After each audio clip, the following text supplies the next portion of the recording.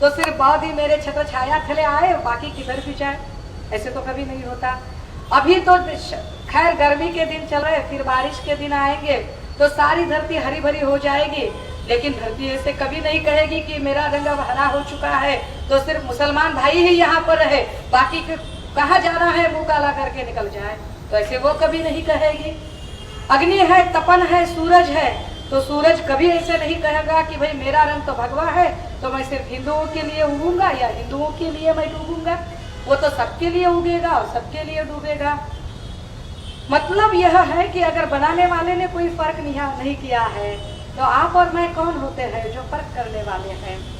मुझे और एक चीज समझ में नहीं आती कि इस्लाम में जो 5 फर्ज कहे गए थे, जिसमें एक फर्ज कहा था कि सच्चा मुसलमान वो होता है जो दिन की 5 वक्त की नमाज अदा करता है, जो रमज़ान के पाक महीने में रोज़े रखता है, जो ज़िंदगी में एक बार तो हज को जाने का इरादा रखता है, जो अपनी कमाई का कम से कम 2% तो ज़कात में देता है, और जो इस बात में इल्म रखता है कि एक ना एक दिन तो क़यामत आनी है, उस दिन अल्लाह ताला के सामने मेरी गर्दन शर्मिंदगी से झुकनी न चाहिए।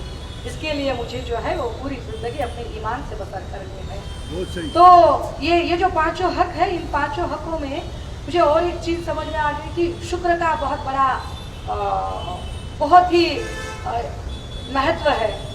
तो मेरी समझ में नहीं आता कि अरे यार बार बार शुक्रिया क्यों कहेगा।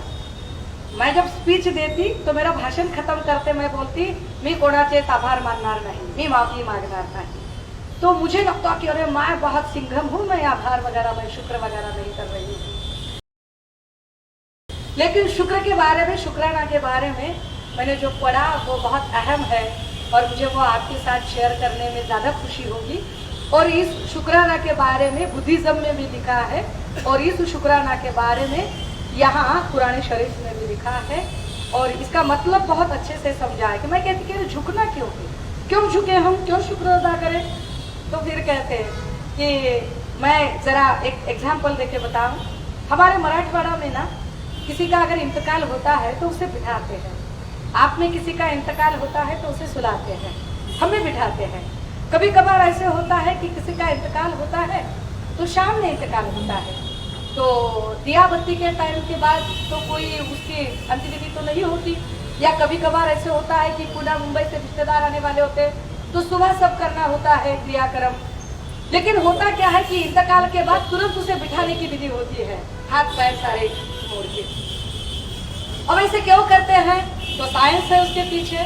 और साइंस ये है कि अगर 15 मिनट के अंदर अंदर आपने हाथ पैर मरोड़ कर उसे नहीं बिठा दिया तो फिर एक अकड़न सी उसके शरीर में तैयार हो जाएगी, एक शक्ति सी आ जाएगी, स्ट्रेटनेस आ जाएगा और फिर उसके हाथ पैर नहीं मुड़ेंगे।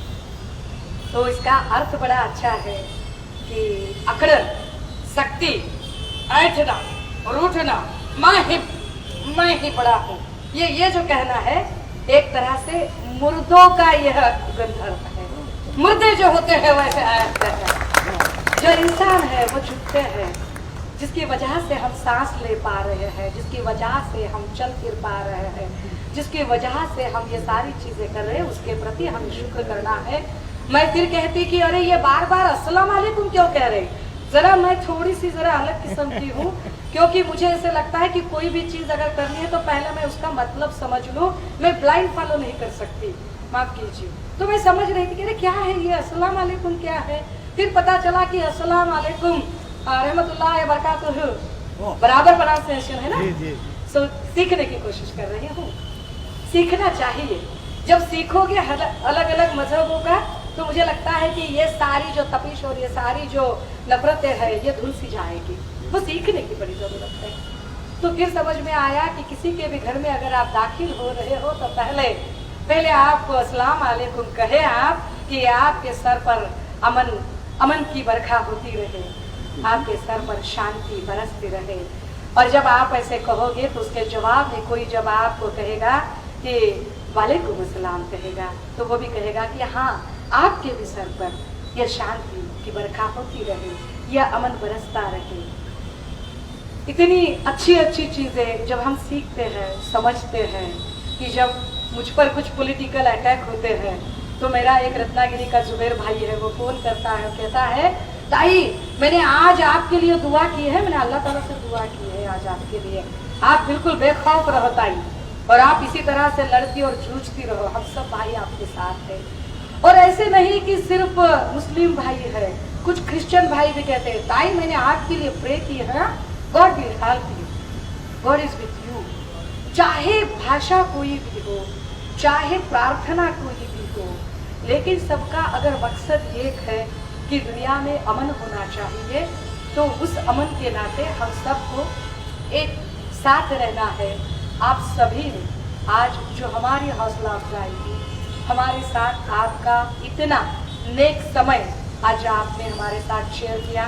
इतनी छोटी सी बच्ची ने रोज़ा रखा था, हमारी रूपाली ताई को बड़ा अचरज हो रहा था कि कितनी छोटी कितनी प्यारी बच्ची है, इतनी छोटी बच्ची ने रोज़ा रखा है। अपना अपना इल्म है, अपनी अपनी एक उसके प्रति बंदगी करने की एक भावना है। उस भावना को लेकर मैं ऐसे बहुत घंटों बोल सकती हूँ, इज्तिमा में बोलने की प्रैक्टिस है, इसलिए बहुत लंबा चौड़ा नहीं करूँगी। बस आप सब के लिए, आप सब के लिए यह रमज़ान का पाक महीना बहुत बहुत की मुबारकबाद दूँगी, और इंशाल्लाह आप सभी के लिए ये रमज़ान का महीना बड़ा आसान रहेगा। चाहूँगी कि आज आपके साथ हम यहाँ पर, हाँ और एक बात रह गई, मैं ना एक बार बड़े रोज़े रखने की कोशिश की थी, अरे रखनी चाहिए अपने को आना चाहिए, लेकिन मुझे नमाज के जुमले ही नहीं आते थे, तो लफ्ज़ थोड़े अरबी ज़रा समझने में मैं बोलने की, उर्दू बोलने की कोशिश करती हूँ लेकिन पढ़ नहीं पाती हूँ, तो अरे कैसे करूँ। तो डॉक्टर रफ़ीक पारनेरकर साहब है अपनी, बहुत लोगों को पता होगी, बहुत अच्छी तकरीर करते हैं, तो उन्होंने कहा ताई कोई ज़रूरत नहीं है, अगर आपके इरादे नेक है, आपके दिल में चाहत है, तो वहाँ तक पहुँच जाएगी बात। ज़रूरी नहीं कि आप लफ्ज़ व लफ्ज़ बहुत सही तरीके से उसे प्रोनाउंस करती रहो, लेकिन फिर भी एक ने मदद की, और फ़ोन करके फिर वो जब फ़ोन पर बात करते तो मैं उसे दोहराते जाती थी, अरे हाँ ठीक है।